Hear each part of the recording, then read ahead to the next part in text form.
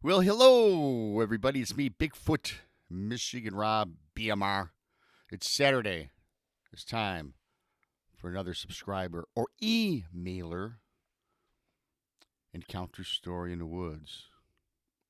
Thank you to everybody for subscribing to Bigfoot, Michigan Rob on YouTube. If this is the first time here, please subscribe, give a thumbs up, leave a comment.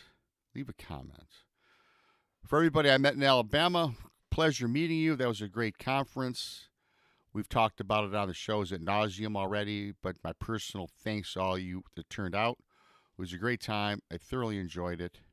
I do appreciate it. Don't forget, you guys, my book, Bigfoot to Michigan Rob, presents True Encounters, Book 1's on Amazon. The link will be in this description. Book 2 is coming out end of July. Thank you once again. Leave me a like, give me a comment, and I want your commentary on this. And I've got a little commentary to add at the end of this incredible, incredible story that takes place in southern Kentucky about a dog man or an alleged dog man. What was it? What type of creature is this? We'll break it down.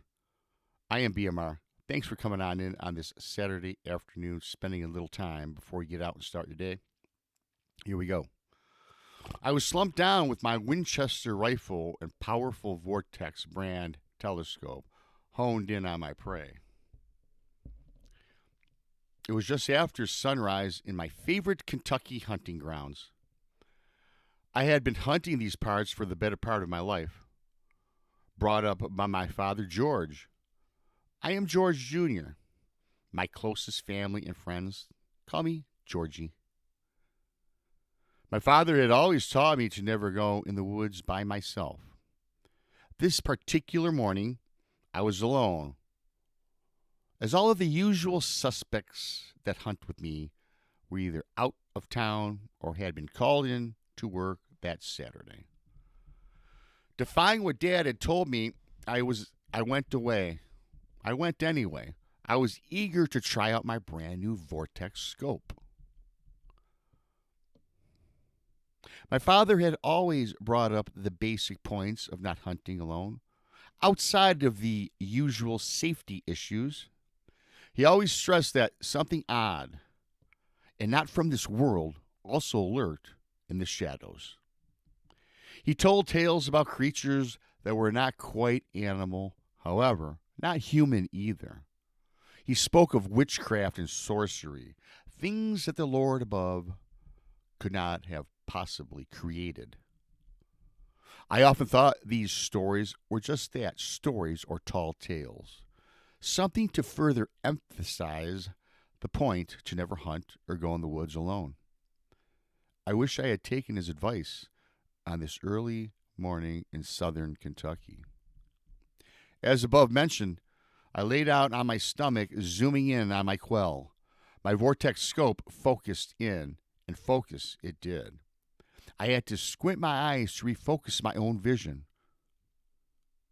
It had to have been one of the largest black wolves that I had ever seen. I typically spotted only red wolves in these parts. This was big and black. I saw it from its side looking towards the west. There was something not quite right about this animal. The size, for one, was huge, but the head. It was so big that it did not seem to match the already stout body. At this point, I was thinking what a trophy I came upon. Already I was thinking where to mount this unusual beast in my home. Then it turned its head as if directly peering into my telescope. The eyes gave me chills. They seemed to glow a bloodshot red. My body turned cold, and I now panicked, as if this beast really could see me. Impossible, I thought.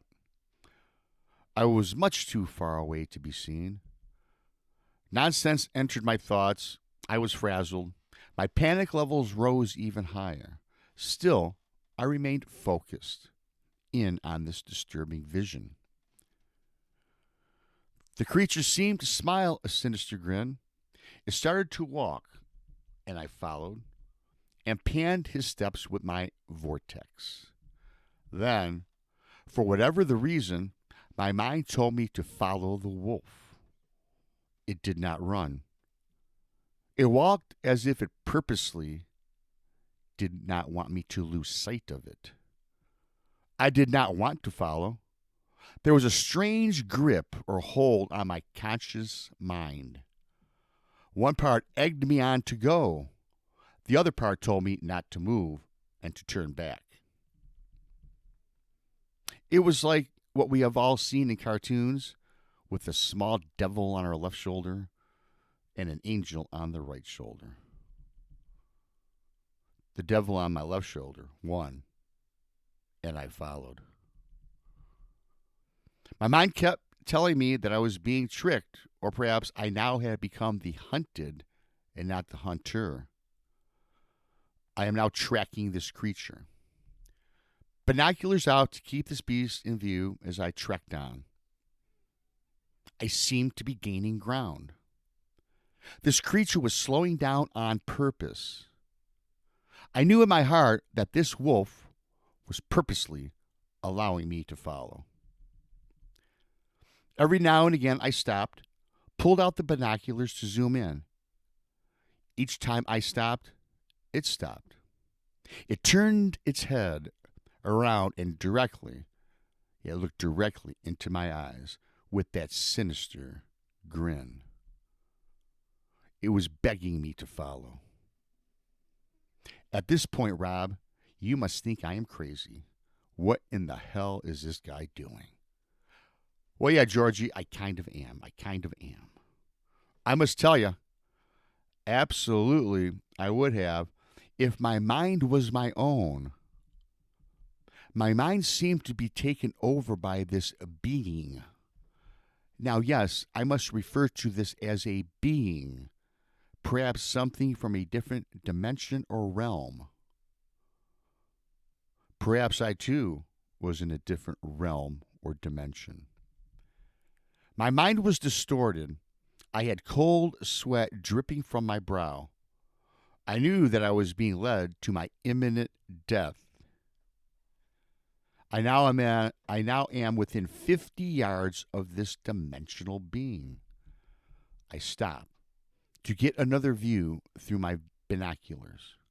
I saw it. It assuredly saw me. This time, instead of turning its head to show me that terrifying grin, it turned all the way around, stopped, and stood up. Yes, on two legs. Eyes ablaze with fire, it now starts its approach towards me. I am paralyzed with fear and dread. I can't turn. I can't run. The beast now had to be within 20 yards. I prayed to the Lord above to please save me. Then the creature stopped, dead in its tracks. That sinister grin became even more terrifying as it let out the loudest cry or howl that I had ever heard. The howl was not natural. It was not a wolf. It was not anything of this world.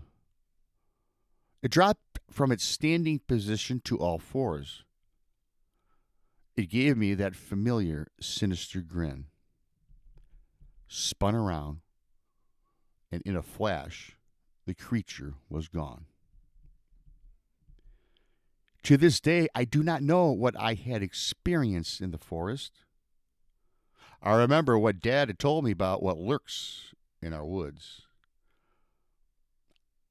I now no longer believe he was telling me a tall tale.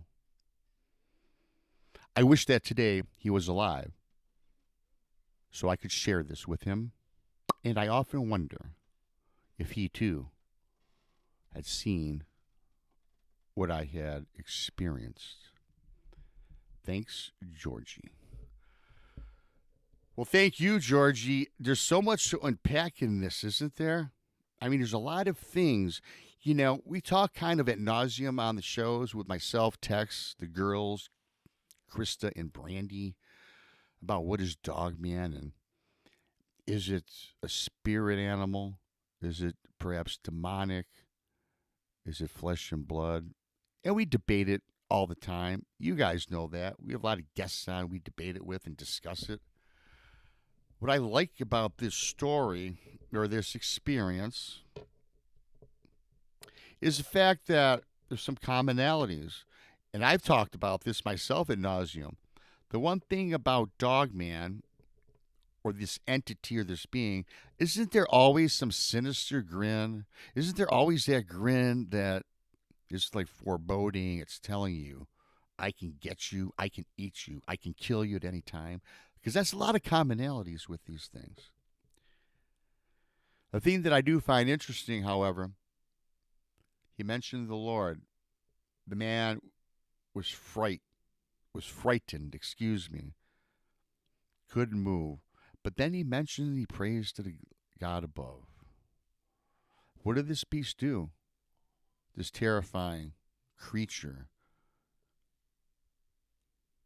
It heard the words, assuming he was praying. The creature picked up on it, right?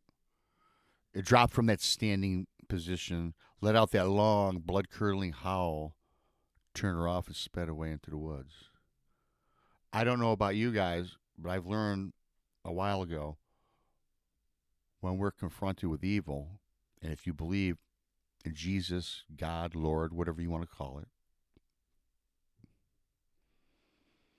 evil does go away, as long as you believe in your heart in whom you pray to, who you worship.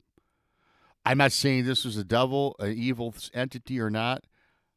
Sounds like it was some dimensional being, something that his father probably did encounter in his lifetime. That's why he was told his son about never go alone in the woods. Didn't stop him from hunting, but told him to look out for the shadows in southern Kentucky. I hope you enjoyed that. That was pretty sweet. I'm sure we'll have a show on that in the upcoming future to break it down with my gang. Tonight, I'm going live Saturday night, midnight. We do the late night show now. It's pretty successful. You guys seem to like it. That's every Saturday night at midnight, 11 Central. We're going to be talking some more Dogman and an alien abduction story that I came across. We're going to break those down. Don't forget, I'm on Tuesday nights at 9 o'clock in the East, Thursday afternoons at 1 o'clock. 3 times a week you got me. You also got these encounter stories. I am Bigfoot Michigan Rob. Thank you for subscribing. I appreciate it. Hey, give me a like on this. If you don't like it, give me a thumbs down. Offer your comments. What do you think it was? Dimensional, demonic, something else? I don't know. That's why we do what we do, because it's fascinating, and I will continue to do these as long as you continue to tune on in. I'm Bigfoot Michigan Rob. Have a fantastic weekend, and happy Father's Day to all your fathers out there coming up on Sunday. BMR, until next time, I'm out.